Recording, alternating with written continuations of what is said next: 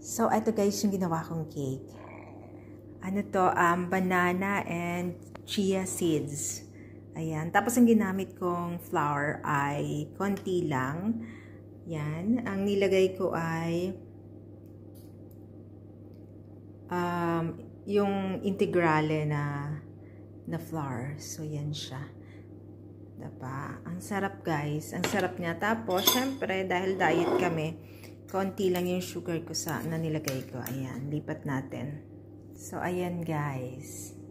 So, ito yung niluto kong cake, banana cake with chia seeds. Hindi ko alam kung nakikita nyo yung chia. Ayan siya. So, ito yung, ayan, yung mga itim-itim chia seeds yan. Sarap. So, yan yung ginawa kong cake. Ngayon lang, ang bilis ko lang yan ginawa after namin kumain ni Abby ay ayan na siya. So tara magkape na tayo dahil meron na tayong cake.